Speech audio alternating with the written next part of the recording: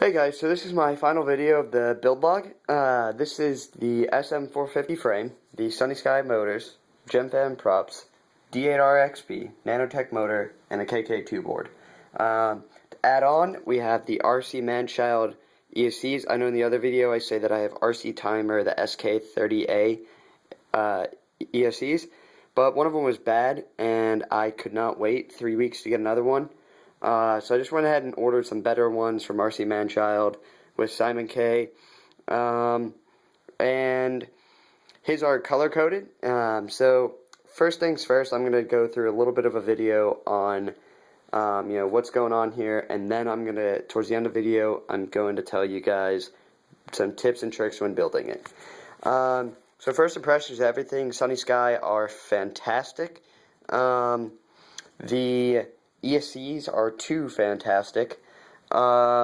Standard FR Sky receiver, and we've got the KK2 board, which takes a bit of tuning. Definitely read about it. And I ended up putting in a 5th channel so that I can use the gear switch here. Just set your 5th channel to any switch, flip it on, and auto level goes. And that really helps when you're learning to fly, because I thought I had auto level on, and it didn't work. And so what would happen was, when you tell it to go left, it'd keep going left. It wouldn't snap back level when you centered the stick. And I was lost with the orientation, went down, tried to pull it up, flew down, and snapped one of the arms. So here's the death toll. As of right now, I've lost 3 propellers. I've still got plenty left though. And I've lost 2 arms. So I'm going to be ordering some more arms, but until then I think I should be good. I've got the auto level and learned the do's and don'ts right in the beginning. But I've caught on to it pretty quickly. Forward, backward, right, and left, those are pretty simple, straightforward. But, you know, where your issues are is, at least for me, is you have the rudder control, which is spinning.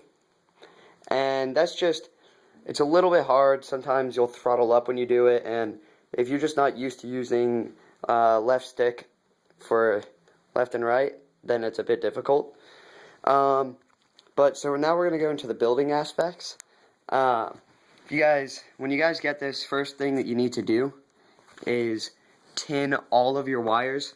And basically what that means is take a little bit of the wire there and heat it up, and then touch your soldering iron to it.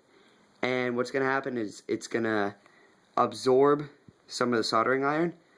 The wire will, and the tip, you let it cool, and now it's covered in a bit of soldering iron. So next time when you go to touch the wires together, you hold the two together, both of them are tinned, and then you just touch it, and they warp together and make a pretty solid bond.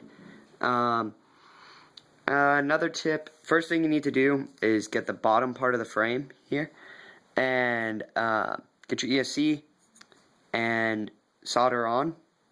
And the way you're going to want to do that is you get all these little spots here. I'm just giving you a brief overview. You can go watch the DJI build. It's the exact same. But what I did was I got that spot right there. It's a little gold spot. You heat it up, and you touch your soldering iron to it, and put a good little good-sized blob on there. Let it cool. Do that to all of them. I used a 12-gauge wire that you guys have on the build list. And for that, you just you get your connector, positive, negative, set up to plug into your batteries. Simple as that. And then, so once you've got all your ESCs connected, so there's 3 dangling there, everything looks really messy until the end, and then it really comes together. Next thing I would say to do is, I believe that they give you 16 screws in the set. I can take a look and put in the description. But just take your motors and screw them on. Do not put your props on. Screw them all on. Get them nice and tight. Not too tight, but, you know, good amount. Balance all your props. I didn't do that. It flies fine. but it loosens that, so I put a lock washer in there, and it's really, really good now. So I would advise balancing your props. I'm waiting for the prop balancer. I know some of you may rag on me for not having it, but out of the box, these come pretty balanced. I have not had any issues with them. They are pretty weak, just tipped over, and it did snap a prop. But back to the build. You get your receiver and just put it on one of the edges here. If you're going to have a GoPro, you may want to put it somewhere else. You may want to attach it underneath on the other side if you have enough room. Put your battery on the bottom, KK2 up there. But from what I've seen, it's a little bit difficult when getting your settings good, but it looks a whole lot cleaner. You can see the glowing in there. That's my KK2 board, and it's in its housing. And if you line it up with the arrow pointing forward, the corners of it, if I can get this to focus,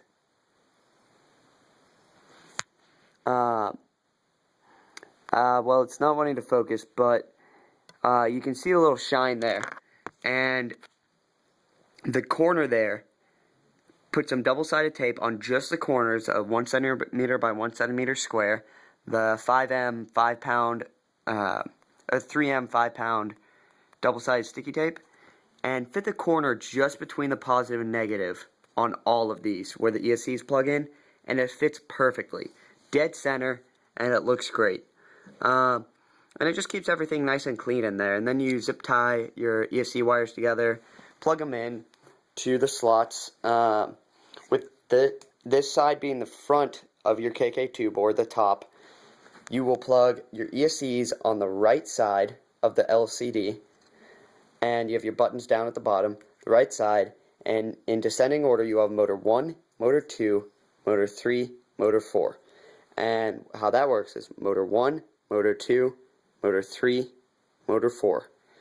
And then you go over here on the left side, you plug 1, 2, 3, 4, 5 if you're going to have auto level, and then you plug them in on your receiver, 1, 2, 3, 4, and 5 for your auxiliary. And it's really just simple as that. Dial in your settings, just put the provided, I've been using this provided wrench they gave me, just stick it down in there, push the buttons, get it set just right, and I found some settings I like. I'll post them in the description.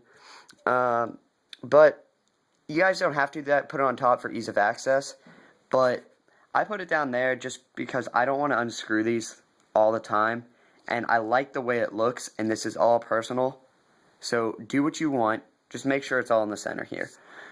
Just put the battery on there, it fits great. You might want to put a little Velcro just in case. One mistake I did make, you can see this one's a lot different here, the way these wires go. All that I did was I wrapped them under and wrapped them around. Also, the motor wires are incredibly long, and I did not have enough room. So I have a little thing for physical therapy here, and I did from the end to here. How I did that, so I set it up against the motor, ran the wires down along till they hit there, and I cut them there. It gave me a good, it gave me a good 12 centimeters of length on there. So 12 centimeters of wire gives you perfect room. Don't adjust the RC man-child ESC wires. You can change that in the future, but you want to have room for error in case you guys need to replace something. If you have to cut a wire, then you're screwed. You may have to, then you got to cut the wire, then you got to take off the insulation, and then you're good to go. But make sure you don't forget your heat shrink tubing. If you guys know what you're doing and you've already flown and you're certain that you won't be doing anything like this again, like taking them off, I ran the wires through this first hole here. First hole, wrapped them around, put them down the second hole, so around the second hole, and then put them up right here, and then just zip tied them on right there. Put the zip tie through. Just anchored the ESCs as close as I could get them to the center.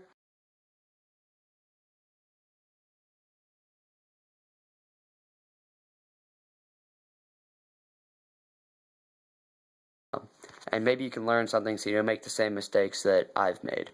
And here's how your propellers go. When you get the gem fan, you'll have 1045R here, 1045. They come in a pack. One's counter-rotating, one's counter-counter. Here you go. Again, 1045 on motor 4, 105R on motor 3. Another thing, if you guys have the same setup, and I assume the ESC wires will be the same, here's how you want to do it. On motors, here's how you want to have it. Motors 1 and motor 3 have the same rotation. So, on X configuration, on the top side, spins in. Okay? This one, motor 2, top side, spins in. So counterclockwise, clockwise. Clockwise, counterclockwise. Motor 4 is counterclockwise, motor 3 is clockwise. When you connect the wires, motors 2 and 4 will be normal. Blue to blue, red to red, black to black. Simple as that. Those two, go ahead, make sure you solder them and test them before you do it. Okay? Before you put the heat shrink on. Just unsolder them. It's a really quick process. You just touch it, comes undone, put some heat shrink, touch it, heat it up, you're good. Then, you always, on all 4 of them, if you're testing, pick a standard color to be the center, because all you have to do is switch 2 wires for the rotation to be reversed. So in this case, I picked the center wire as blue to blue, blue to blue, blue to blue, blue, blue to blue. And then motors 1 and motors 3 go black to red, black to red.